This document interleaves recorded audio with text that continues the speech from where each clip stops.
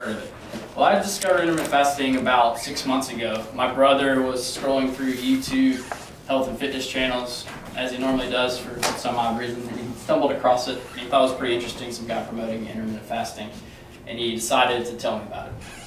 So for those who are not familiar with intermittent fasting, essentially it is refraining from eating for a long period of time during the day and then eating in a small amount of time, like a smaller window of time. It's not actually eating less calories. You're consuming the same amount of calories as a normal, healthy diet, but you're doing it in a smaller window. So typical typical plan that most people follow would be 16 hours fasting window and then eating in an 8-hour window. The easiest way for me that I figured out how to do this is eat dinner, go to sleep, 7-8 hours, wake up, go another 9-8 hours, and then have a late breakfast or lunch. So essentially, if you've been skipping breakfast most of your life, you've been doing a hip new diet trend and you didn't know about it. So congratulations if you fall into that category. Okay, for some of you that haven't heard about it, you're probably thinking, okay, this sounds strange. This goes against everything I've kind of heard about and learned from teachers and my parents. I know my mom always told me that I need to eat 3 meals a day, breakfast being the most important because it builds a strong bones and gives me the mental capacity to tackle the day. So I was a little reluctant and kind of put it off to the side.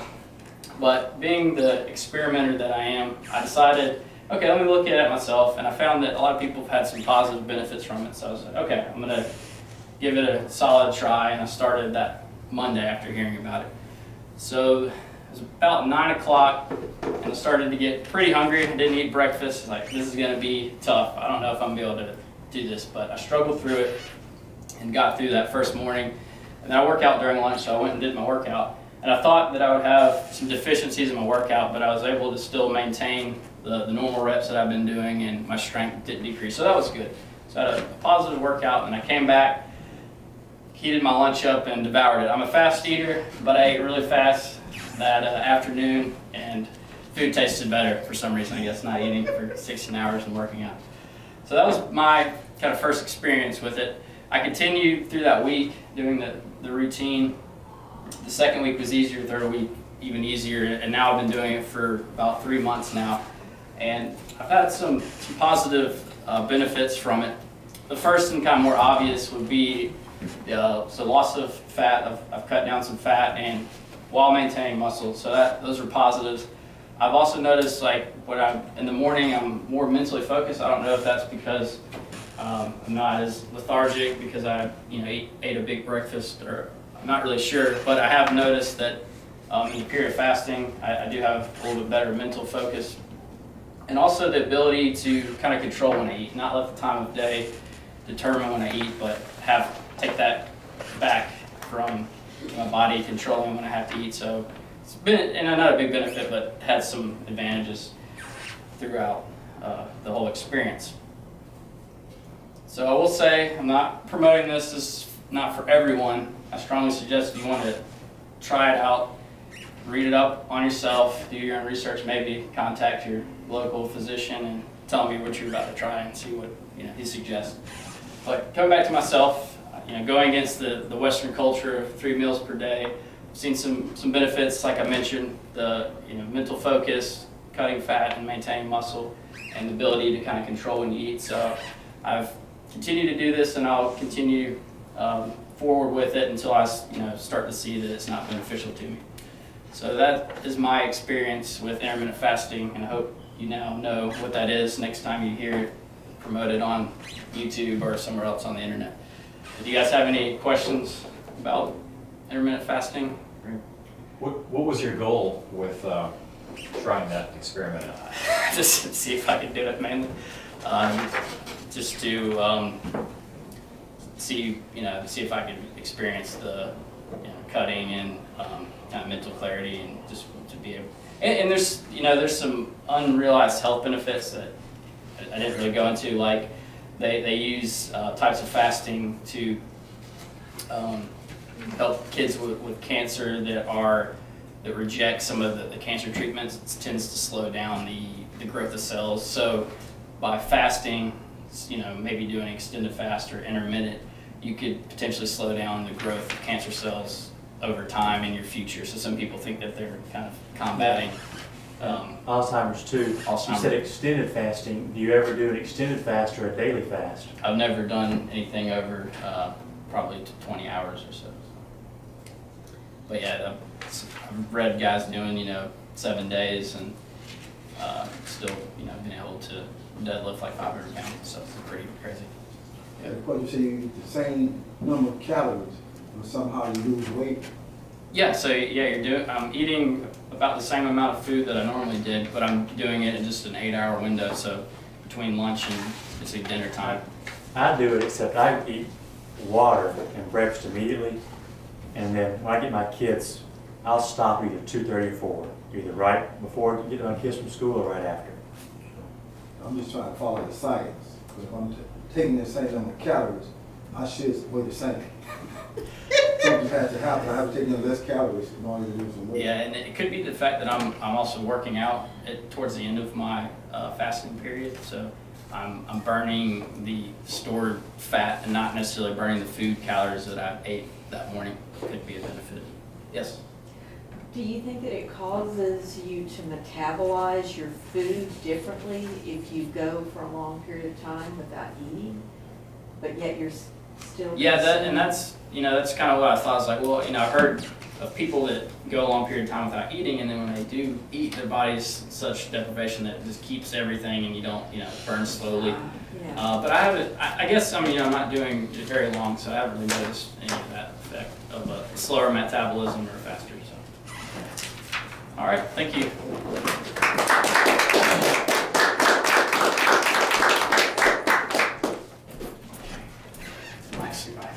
Okay, no problem. All right, thank you there, Cody. Our next speaker for tonight is a member of the Downtown Club, and he's visited here a few times over the past year. And your speech topic is, Sitting on 3 red steps. okay, and is it out of any book? Yes, it's out of Okay, telling stories okay, all right, and more of the story. okay. So our speaker for tonight, our next speaker for tonight, I'm just gonna call him Charlie Mack.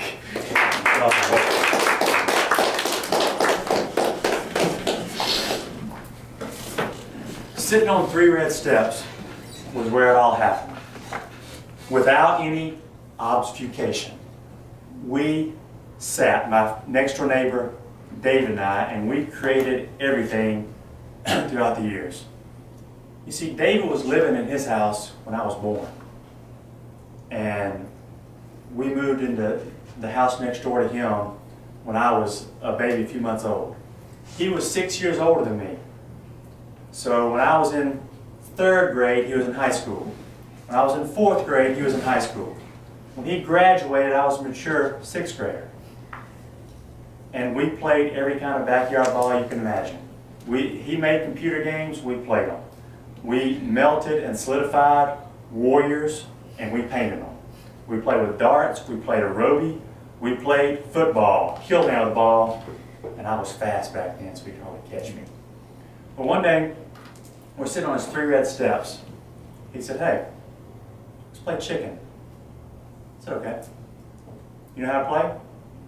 I felt I knew how to play chicken, yet I wanted to hear what he was talking about, but know his rules. He said, "Well, we get on bikes, park from each other, and we ride and we collide. Anybody that veers is the chicken." I said, "Okay, those rules are pretty simple. I had to follow the rules and understand that was the point of the game. Nobody wanted to be chicken." So we got apart, and I was on my little bike, and he's on his big bike, and we said, "Go." We started riding. His tires were a lot bigger, so I thought it was pretty easy to hit his tire. I stayed straight. He knew he was so much bigger that I'd be chicken, and so he expected me to veer off. Well, we both stayed straight. We collided. I like to think that at the speed, my bike was so low, I simply rolled on the ground without any impact or pain. He was big enough, his back tire shot up. He goes over the handlebars and hit the ground, and he was injured. Not medically injured, yet he was bruised and maybe some cuts and blood, and he said, that's the end of that game. Another time, we were building a pool in my backyard. Somehow, right at dusk, I was in the pool on the deep side, and he and his a year younger friend of ours, Stacy, were up top on the other side of mounds. They started pelting me with dirt clods. I was afraid, I was anxious, I got up next to the wall, and when I had a break, I ran out, ran inside, and slammed the door, and I was almost in tears. And then there was another time we were on the steps. We met at this game called lollygag ball. It was like kickball. You rolled the ball, except you hit it with a stick, i.e. like a baseball bat, and you ran the bases. Another time, we were sitting on the steps, and we said, hey, let's have a dirt clod fight in that gully 2 blocks away. And we got Chris, who was younger than both of us, to go with us. I had the perfect position. There was a gully wall behind me, about a 2-foot wall here, so I could get down and hide. And David was straight ahead behind an arch of dirt, and Chris was over there behind some dirt. We pelted Chris at first, so he withdrew. He called peace. So it was David and I. I got down, I was getting all my dirt clods. We had one rule. None of the dirt clods we throw each other have any rocks. A clear and obvious rule. I was getting my machine gun fired. I was going to come up and pelt David. He got upset, anxious that I was no longer appearing. Without breaking the rules, he picked up this big rock with a little dirt on it and was going to throw it on the dirt wall behind me so all the dirt would fall on down and make me jump up. Well, when he released that rock, that was the time I came up and reached back, and it pelted me on the right side of my forehead. My arms went open. I turned around. I could feel the pain. I looked down. I saw some blood. It was more like a slice without blood. And I looked at them, and they both walked up and said, yeah, you okay? I think you better go check on this. So I got on my bike, rode up the hill, rode home, ran home Mom in the kitchen, went and looked at the bathroom, said, walked back, said, okay, Mom, gotta go get stitches. A few stitches, that was all it was. I walked back that evening to the 3 red steps where David and Chris were sitting. I'm like, man, you all right? We saw yellow. Of course, we weren't gonna say anything to you. And then we started talking again. And there was another time, another day well beyond that, on those 3 red steps, Dave and I alone decided we'd have a water gun fight with the one pistol that I had that was a water gun, held about 1/3 a gallon of water, and a plastic trigger. We decided that we'd play on the go-kart and 4-wheeler. And he immediately said, well, I'm bigger, I get the 4-wheeler. I said, okay. I felt that gave me the advantage because, see, the 4-wheeler could catch up on the straightaways. It had to slow down on the curves. The go-kart, I could keep the pedal to the metal and go around the curve, and I was still zooming. While he'd have to slow down the curves, I'd get ahead. He'd start to catch up on the straightaways, be almost to the point where he could shoot me, be another curve. I'd scoot and skedaddle. Again, there was one rule. No cutting through yards, had to stay on the road. Well, we'd go around this one curve, which is where Mr. Dearman lived. We'd go on a straightaway, where I lived on the right. We pass his house on the left, and then we're going to the next curve. As I go around this curve, I was a 2-seater go-kart, and I'm sitting behind the steering wheel. I look on my right shoulder, and I see David cutting behind the creosote electrical pole through the yard, headed straight towards me. He had violated the clear rule. Obviously, I slammed on brakes. I cut the wheel to the left. 9-degree turn, it skidded this way. He missed me, and then the go-kart flipped. I'm not sure if my eyes were open or closed. I'm not sure exactly what happened, except the go-kart flipped. We weren't wearing helmets at this time. It was about 83 or 84. And the go-kart landed on our 4 wheels sideways. The chain came off. So to repair the go-kart, put the chain back on. Before that, though, the only other thing that hit the ground was my left, I'll call it my knee. It was the skin below the knee and above the shin. had a deep scratch with some gravel in it.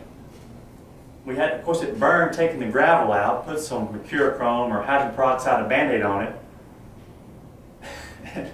Amazing that all that happened and we walked away from it. This was going to end where I would tell you, and if I saw David today, he was an artist. His room had cartoons of people fighting, dragons, everything, and he taught himself to play guitar. And though I've not spoken to him in years, he's in Tennessee now, I could see him today and we would say, how you doing, what you up to? Let's do something, let's create. It'll be like we hadn't seen each other in 15 minutes since yesterday. Whenever we see, our conversation is right there, like we've been together the entire time. Maybe you know people like that you can bond with and really connect with. And then it happened. This past Sunday, when I was in church, our preacher started with the sermon, and before she started, she said, and let's say our concerns for David Boykin. And I immediately looked up, caught my attention because he was my youth group growing up. And his stepfather was our former pastor who's now in Tuscaloosa. She said, David died, and let's say a prayer for his mother and stepfather, Jeannie and Gorman Houston. And a fantastic sermon. I sat intensely focused the entire time and asked her what happened because I knew it was something tragic. Either it had been suicide, a risky car wreck, or drug related. He was a year younger than me in my youth group, and I knew a few years ago that he had gotten divorced. Unexpectedly, because I thought he was in the perfect marriage. And he kind of was looking for a job, and I saw him back in our hometown, and he said, well, I'm writing a music song. I'm going to get David to help me. So I knew he'd spoken to David. When I found out that had happened, when I was leaving church, she said, suicide. I immediately went to the car and called David. Because the last time I'd seen David Boykin, my friend David Foster had been helping me with a song, and I thought that was a unique connection. And I left a message, David called back, left a message, I called him, and he said, hey man, I reached him Sunday night, what's up? He said, yeah, remember when I last saw you, I painted that picture of your son? I've always been an artist, I took art, never used it. After I painted that picture of your son, I got started. Now I'm up here painting mosaic for my son, for my next door neighbor's garage. And I've painted several artworks that are being sold. I said, hey, I like that, you know. Send me a picture, I'll probably buy one. He said, send you a picture, I'll bring them to you. I'll come down and visit. He said that, and before that he said, you know, I visit my mom in Jackson, hometown, every now and then, maybe stay for a day, that he would come visit me with those pictures. And then we talked about what happened with David Boykin, and both said, yeah, we were associates, and that was pretty tragic. Yet our connection, our camaraderie, has been that close, and we, at the end of the call, we said, hey, let's get together soon. He said, yeah, see you later. And that, as I feel, is true friendship. Treasure. Toastmaster.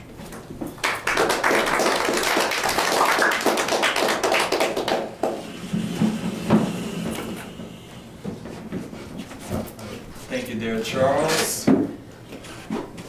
At this time, we'll go into our table topics. And our table topics master for tonight is Thomas.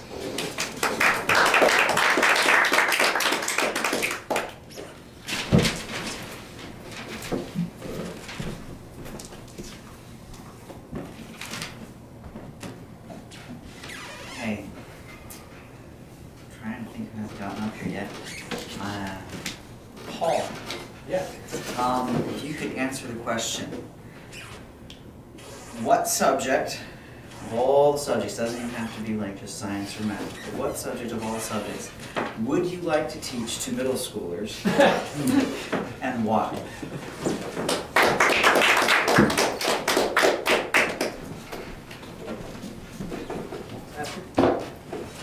Toastmasters, the subject that I would like to teach to middle schoolers through this formative age where almost every topic in school is obfuscated, is chemistry. It was one of my favorite courses during high school. And I think it's so fundamental. I know many students don't start really learning chemistry up until maybe 10th grade or so, but I had so much fun with it. And I think that, you know, if we can get kids to have fun, you know, in learning, then they're going to do better. And they'll set them up for, you know, a good career. It may be a career that they'll love to do. So I would teach chemistry, and I would probably physical chemistry at this stage, but it would be fun.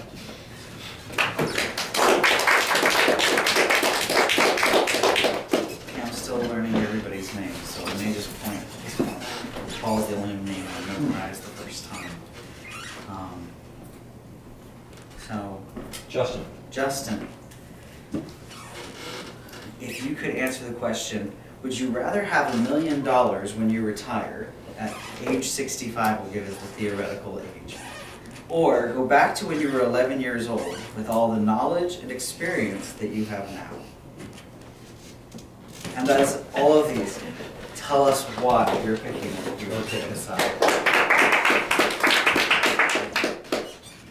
Hello, Toastmasters. I've been asked a question. If I have two choices, if I can retire with $1 million, or I can go back in time and have the knowledge that I have now given to my childhood self. And I think I would choose that knowledge, because that knowledge applies over an entire lifetime. And that $1 million when I'm 65 is not going to be really that much money anymore. So the value that I could get from my now 42 years of life experience, I think would be a priceless thing and contribute a lot to how I progress in life and how I view things and my relationships with others. But at the same time, I could also see that being quite a burden to have all of that in my head as a kid. That might be a little much. But that's how I handle that question. Thank you.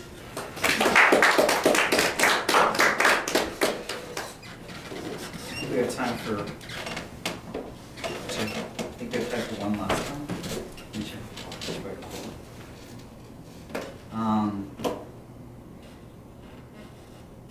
I'm still learning your name.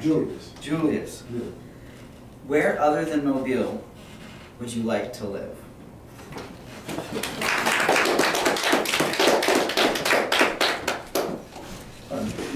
Thomas Master fellow Toastmasters. Where other than Mobile would I like to live? I love San Francisco. And I don't know too many people who don't love San Francisco. The weather's always nice and pleasant. The people are friendly. Everything you could want is there. It's not a lot to obfuscate the situation for anybody. But you know, in San Francisco, everybody's about taking care of their health. So you know, they're going to be into that intermittent fasting. There's going to be a lot of old folks who look young because they're going to be very knowledgeable and they haven't been stressed all their lives. Everybody going to have $1 million because you need $1 million to live in San Francisco. Yeah, San Francisco is a great place, and I would like to retire there with $1 million. Listen, Our topics for tonight, Mr. Toastmaster. Thank you, Dave. At this time, we'll go into our evaluation period, and our general evaluator for tonight will be Tambi.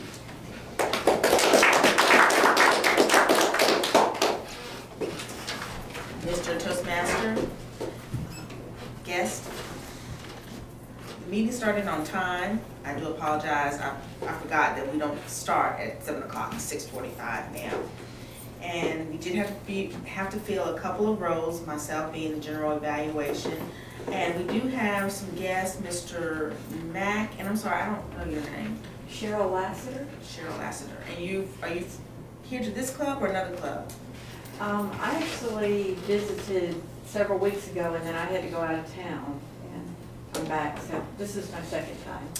Well, thank you for coming back.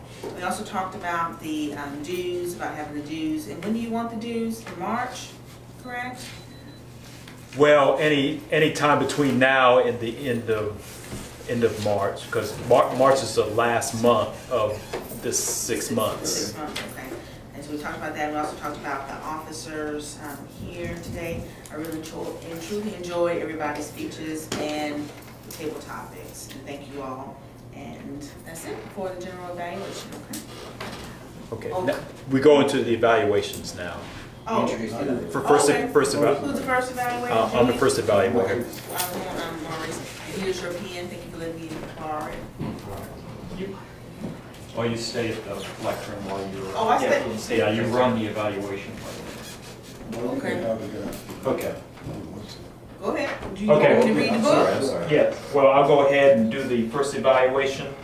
The evaluation is on Cody's speech entitled Intermittent Fasting. And I'll just go by I'll read the brief note to the evaluator.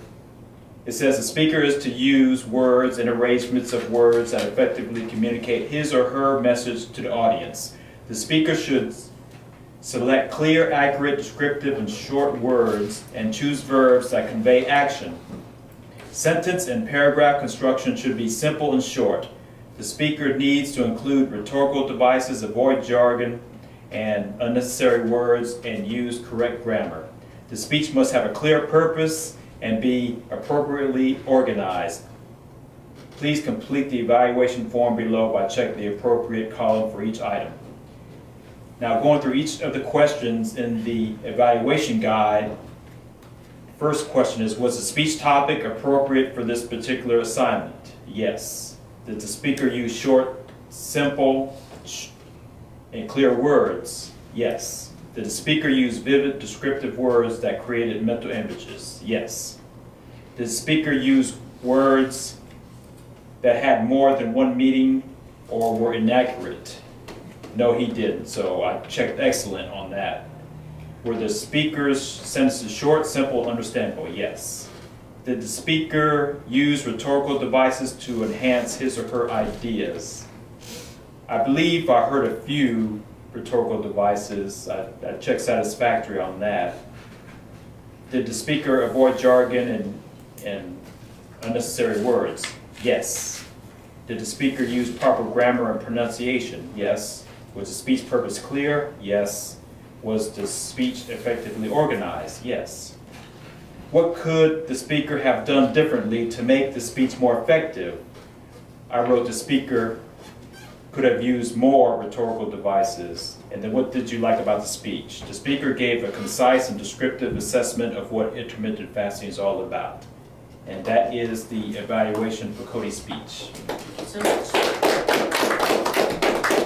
Our second evaluator is Julius Armstrong, and he will be evaluating Mr. Matt's speech.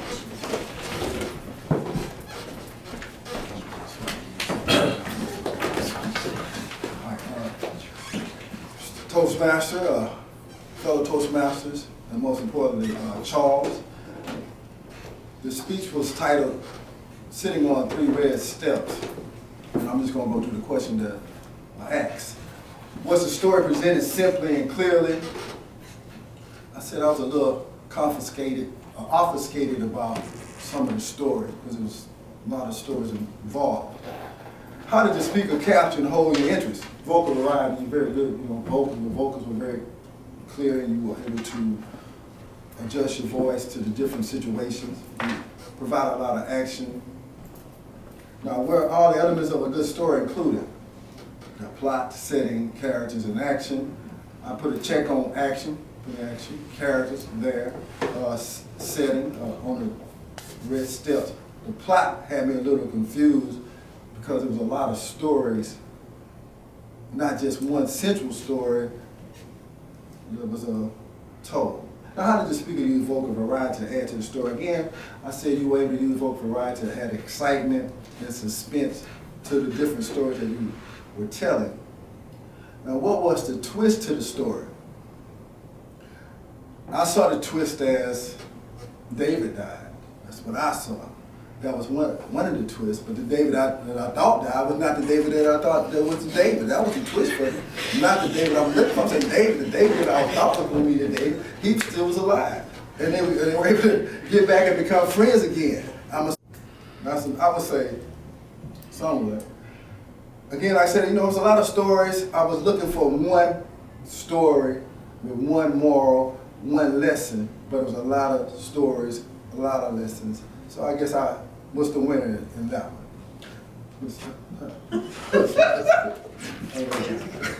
All right, thank you so much, Julius. Now we'll have the timers report by Paul.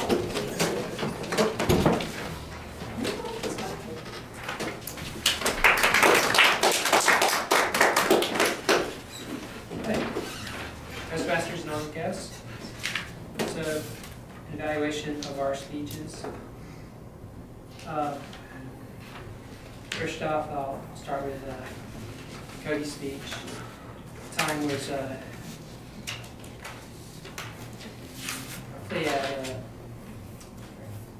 let me find my notes here again. I'm having trouble reading my notes. Precisely at 7 minutes, 9 seconds. Still in the good. For the second speech, on sitting on 3 red steps, time was at 10 minutes and 35 seconds. So, given the time of the 8 to 10 minutes, that's still good. And to evaluate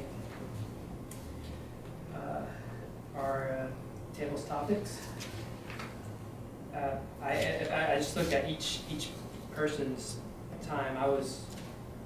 I spoke for 1 minute 20 seconds. Justin spoke for 55 seconds. Julia spoke for about 48 seconds. All good. And for our evaluators, the first evaluation spoke for 2 minutes and 15 seconds. And Julius, in your evaluation, was 2 minutes.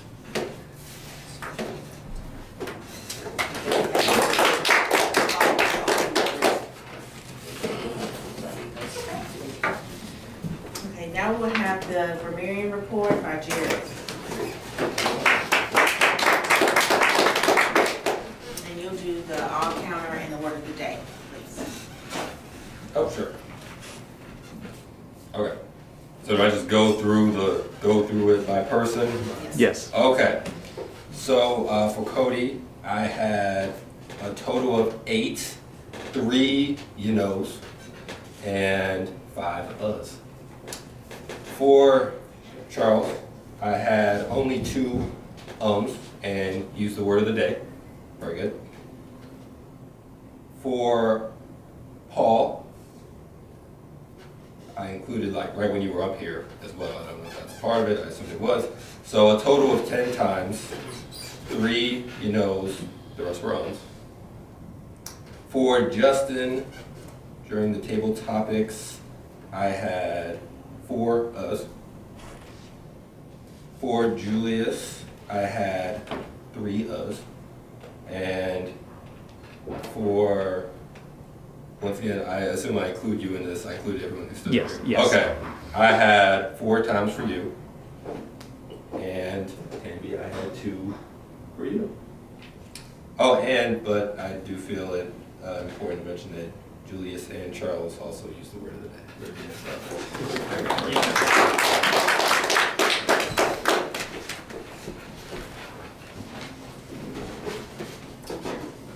And so that concludes our general evaluation meeting.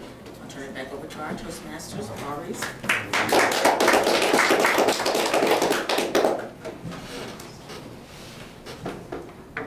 Unfortunately, don't have an educational overview. Does someone have anything educational as far as Toastmasters?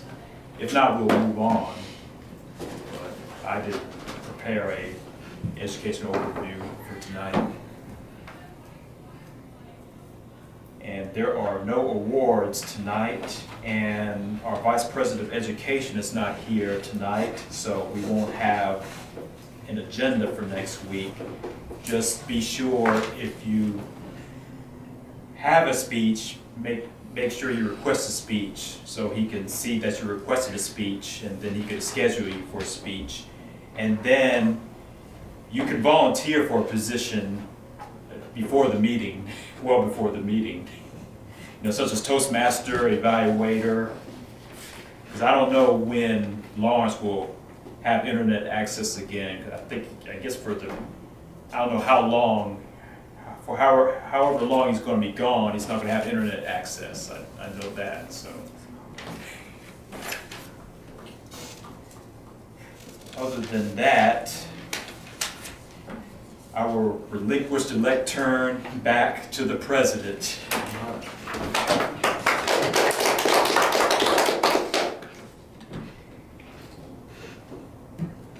It was a nice meeting tonight. Everything flowed smoothly. And once again, if you're interested in going to the TLI, it will be at the Daphne Library this Saturday from 9 to noon. And with that, this meeting is adjourned.